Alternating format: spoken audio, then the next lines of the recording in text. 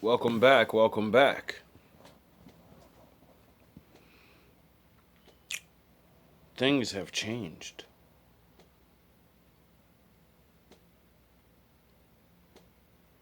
I hope you guys are doing well.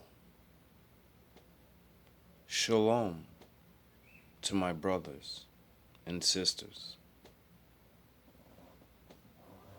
Ohave you.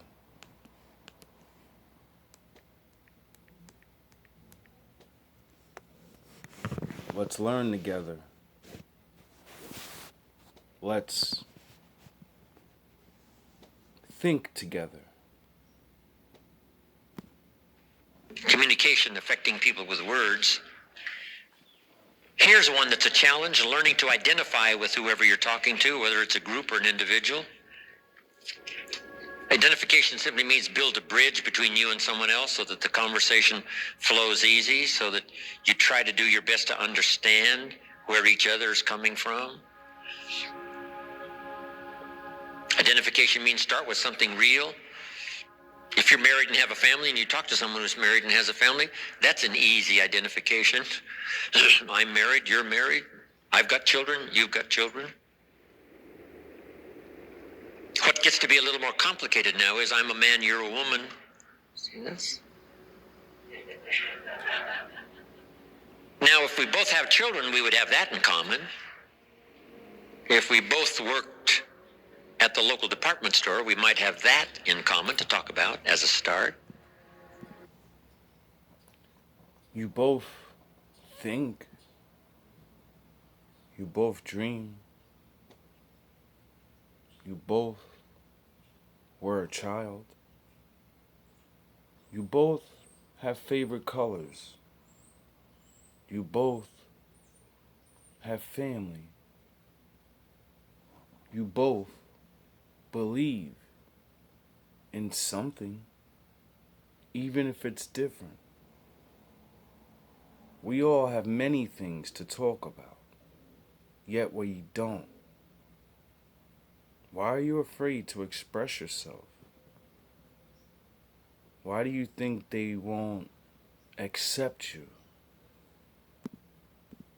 But then, finally, for the man and the woman, it gets a little more complicated.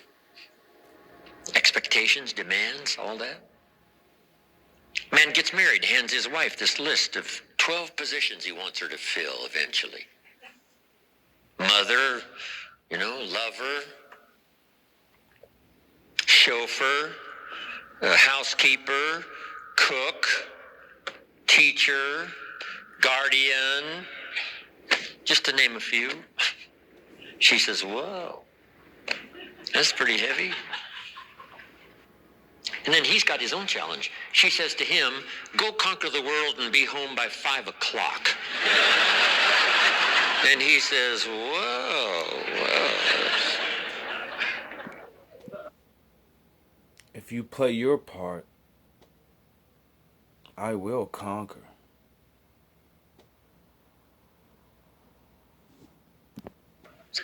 So working this thing out, right, between man and woman, male and female. And I don't need a housemaid. And you don't need a tyrant. See, people are stuck in the old ways, not realizing that my father is very smart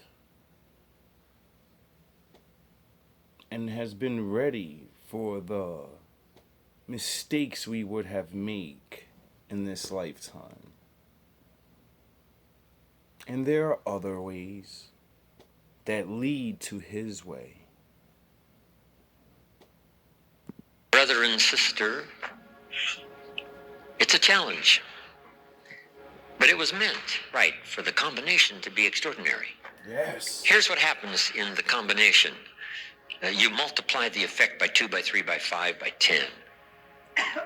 So make this note. It says, if 2 or 3 agree on a common purpose, nothing is impossible. Yes. That's a good communication challenge. If 2 or 3 agree on a common purpose, nothing's impossible. The most extraordinary things are possible if just two or three agree. I don't know if you ever heard the story of the Tower of Babel, but you know why the Most High destroyed it and confused all the people in the world that have different languages?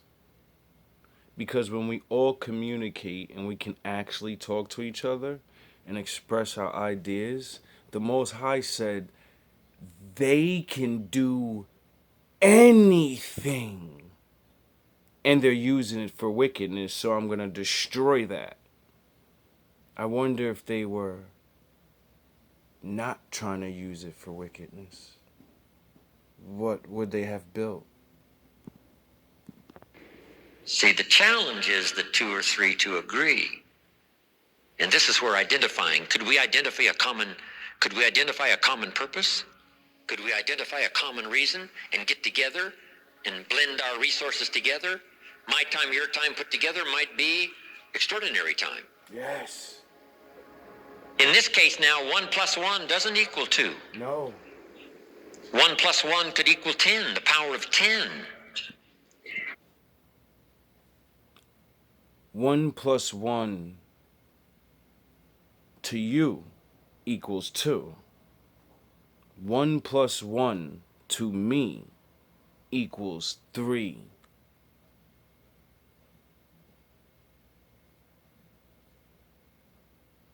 When you want the answer, ask me face to face.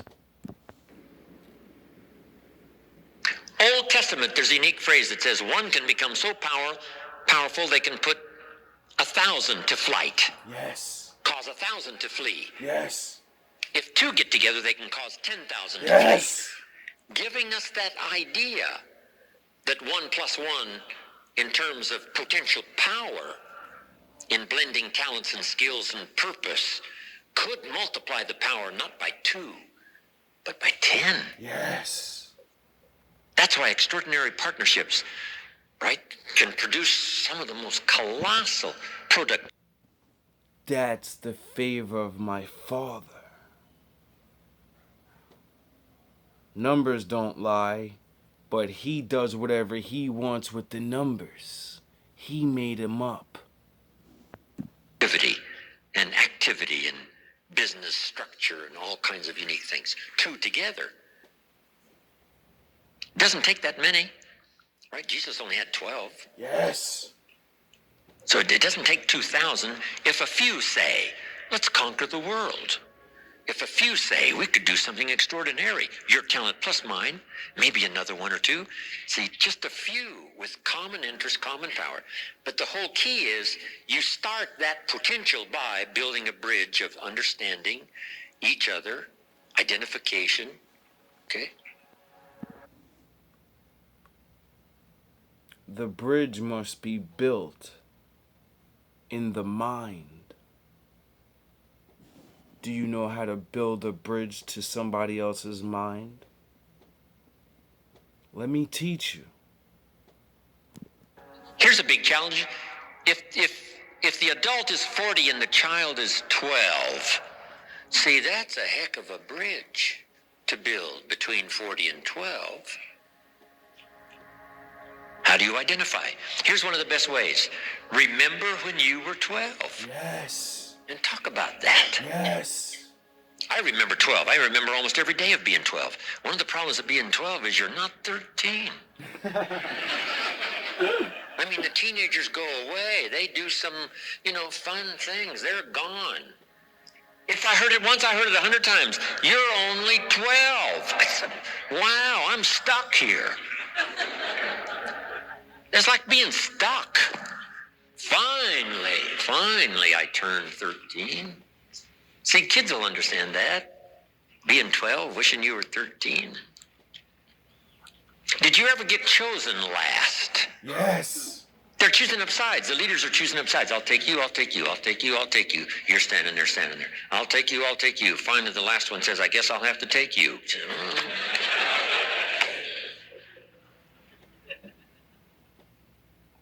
Guess what? Those stories will identify with kids' disappointments, right? Misunderstandings. I thought they said, sure enough, that's not what they really said. Wow, and I got in trouble.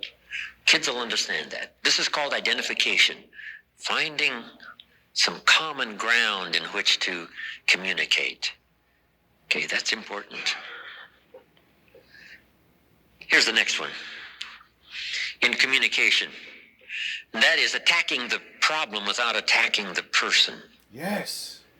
Here's where language must be careful when you're dealing with challenges of this nature. Sometimes you've got to put love and hate in the same sentence so that there's no misunderstanding. God said, I love you, but I hate your sinful ways. Now, The gray. sometimes it seems to me like, man, maybe God hates me. He said, no, let me make it clear one more time. I love you, but I hate your sinful ways. Yes. Sometimes as parents, we've got to do that. Put love and hate in the same sentence. Yes. I love you, but I hate what's happening. I love you, but I hate the direction you've chosen. Yes. I love you, but I hate the situation you've gotten into. Yes. Kids need to know what you love and what you hate. Yes. Because it takes both. The old prophet said what? We must love good and Hate. hate evil. The evil that would destroy us, the mistakes that would do us in, Yes. the miscalculation that would ruin our reputation Yes. and leave us helpless. Wow, what good benefit somebody brings to us to help point out some of those even very sensitive things, to go after the problem. But hopefully they go after the problem, but they have this sincere desire to truly help. Now, sometimes you can get careless in language and you mean to help, but you said it wrong. What? I'm sorry. For I just completed myself. And it's hard when you change. If you meant to say, what's troubling you? And instead you said, what's wrong with you? See, that's an error in language that can cause all kinds of difficulty. You meant to say, what's troubling you? And instead you said, what's wrong with you? Yes. Now, we'll let you make that mistake 10 years ago, but 10 years later, to be making the same error in language? See, we need to understand that. Say, no, I need to learn to say it better so that it sets up a better chance for... Mental alchemy.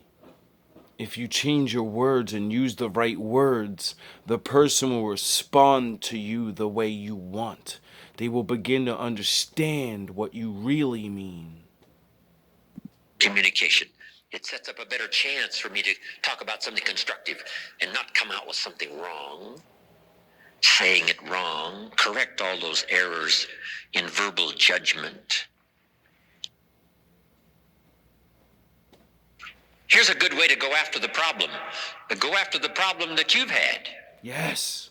We call this third party. You have to face yourself, your mirror.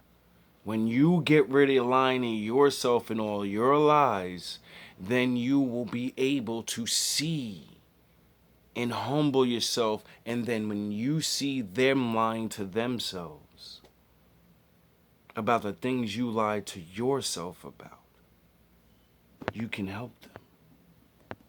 So, Mary, I was in this same fix. I thought this, and it turned out to be this. I made a mistake and misunderstood. Sure enough, I'm headed down the wrong road. About a year later, I'm in serious trouble. Yes. I finally worked my way out. But I'm telling you, you can save yourself that kind of calamity Yes. with just a couple of words of advice. Yes. Use yourself as part of the problem. Say, I was the problem at one time. I gave people grief when I should have given them thanks. And it created for me no value. That's why I do what I do. Because I know my mistakes. That's why my enemies think they're stronger than me. Because I let them do things and say things and da-da-da. And I keep trying to say what I'm doing. And they never understand it. And then I warn them. But because they don't see me in Vegeta mode, they think I'm weak. Right? It's called attacking the problem in yourself. Then here's another way, third party, where you say, I know someone who miscalculated, and if they were here, here's what they would say with tears: don't go down this road. That's what my channel's for. I put all my story, my testament. I tell the truth about my wins and my failures, so no one can use them against me. I'm not embarrassed to be who I am, because I'm not who I was. Remember that movie years and years ago called Scared Straight? Where they took some kids into prison and let them interview and talk to the prisoners. And the prisoner said, you don't want to come here. Let me take you on a tour, show you what it's like. Oh, like what I'm doing? Why do you think I keep my videos all black in the beginning? Because your mind is the shadow realm, all black. Anyone that will watch more than one of my videos from beginning to now, then you're waking up. Other people will see that it's all black and it doesn't look perfect and there's messed up things in the video. You need better quality and you need... I'm telling you how to change your life and you're worrying about quality of how the video is? Really? Okay, the Lord's not with you. And the kids came out of the prison with eyes about this big saying, whoa, the man said I shouldn't come here. See, that kind of advice, straight talk, can be so helpful if it's done in the right manner and in the right way. Vegeta. In building your house on the rock instead of on the sand. How do you decide to build on the rock? Now, where does everybody want to live? I want to live on the beach in the Dibba-Doo. My father said, build your house on a rock. Now, if you build your house on a rock, like, more sturdy surface away from the beach, when a storm comes, your house won't get destroyed easily because, sand is not great to build on. And if you build it on a rock, and when a storm comes, you have a strong foundation. So no storm will destroy your home, your temple. Oh, yeah, my father said in the punchline, the reversal of this material world, he's the rock. So if you don't have him as your foundation, your temple will always fall. You have somebody give you the image that they built on the sand and suffered the disaster of a storm. Me. Because sometimes when the day is unique and the sky is blue and the clouds are fleecy white, it's easy to be faked out and build on the sand. There doesn't seem to be any immediate consequences. Somebody says, no, the storms. And if you've never had one of those storms, you would say, what storms? So let me tell you about the storms. They hit. And then you need somebody to scare you to death about the potential of the upcoming storm so that you don't make the mistake and be deluded when the days are nice. If you're not understanding what he means by the storm, it's people. The Lord will send one person. They will talk to you nice. Another person will say, do this. All these people are going to tell you what the right thing to do is. And you're not going to listen to the nice people. And then he's going to send someone that's a thunderstorm, a hurricane, a Jack Ripper. And they're going to put that pressure on your ass so hard, it's going to crack through your ego, where the nice people didn't, because you don't need to wake up that way. Nice is not going to work. You need someone to pound you and tell you the truth. You're about to be finished. Your ride's almost over. Turn back and take the keys out the car and walk back home before you hurt yourself. build your house on the sand.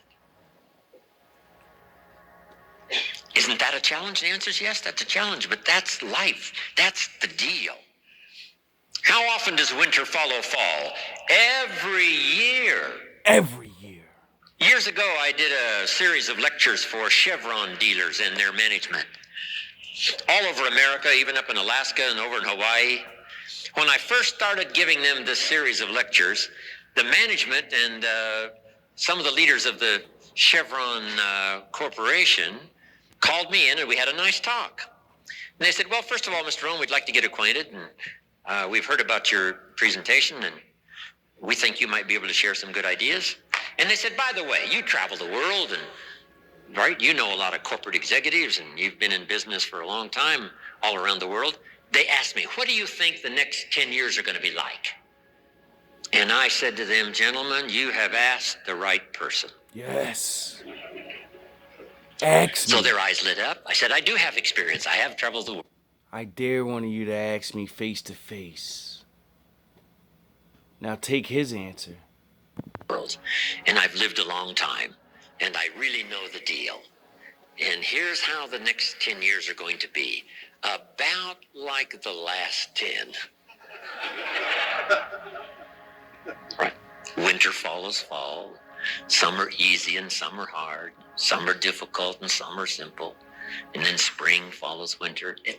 For how many years now? 6,000 years of recorded history. Yes. So it isn't going to change. And You know why it doesn't change? 'Cause my father doesn't change. sometimes an individual needs to hear this, and you need to communicate it well. Use every story you can to communicate it. Now, here's another part of communication, and that is solutions. Solutions. Solutions usually involve, by communication, being able to take somebody from the present. For sometimes we take someone back to review their mistakes. So when I ask you about your childhood, and you don't want to tell me, I understand. It's embarrassing. It hurts. It brings back those painful memories. But I need you to face those memories. So when I tell you the truth, you'll heal. If you don't go into the moment and bring yourself back to that feeling, you can't conquer it. You just keep it inside, and every time something triggers you, it comes back out. You have to destroy it. Got down this little setup here now. Sometimes first, to help someone, we take them back and examine the errors that brought them to a poor place. Errors in judgment, errors in health judgment, errors in career judgment, errors in personal judgment. So sometimes we have to take someone back, and sometimes that's difficult to go back over those times that were difficult. Then here's the next challenge. Bring them to the present. Hey, here's how it is now. Guess what now always is? The greatest of hope and the greatest of possibilities is now. Yes. If you will begin now Yes. to amend those errors in judgment, if you begin now Yes. to construct a new destination and thereby a new direction, because direction determines destination. Yes. If you'll reconstruct now, starting Yes. now. Now, So we today. give them the sense of the past, errors that might bring tears, that might bring sadness, that might bring this cloud for a while. Wow, yes, that's how it was. Yes, that's where I made my mistake. But here now is like spring. Now is a new opportunity. Yes. And then we describe the now and the opportunity. But here's what's best, is to be able to transport someone into the future. Yes. Let me take you. With their problems solved, with money in the bank, with their health restored. You can't restore your health overnight, so you've got to take someone into the future. In just a few months, you'll notice the difference. In the first year, it'll be incredible. Yes. By the end of the third year, I promise you, such an abundance of this or this or this change or this change, Yes. this kind of productivity, this kind of activity breeds this kind of productivity. Take somebody on a journey back, show them the present called opportunity, and then take them on a journey into the future. Yes. We must do that with our children. Yes. What if you inspired your salespeople and not your child? What if you took the people around you into the future, but not your family? Yes. To describe to them the possibilities. That if we work together, we can have the most extraordinary family ever. Yes. Benefiting each other, drawing strength from each other. Yes. And here's how it can be. Here's how it's going to be. Yes. So make this note. The promise of the future is an awesome force. In the future, problems can be solved.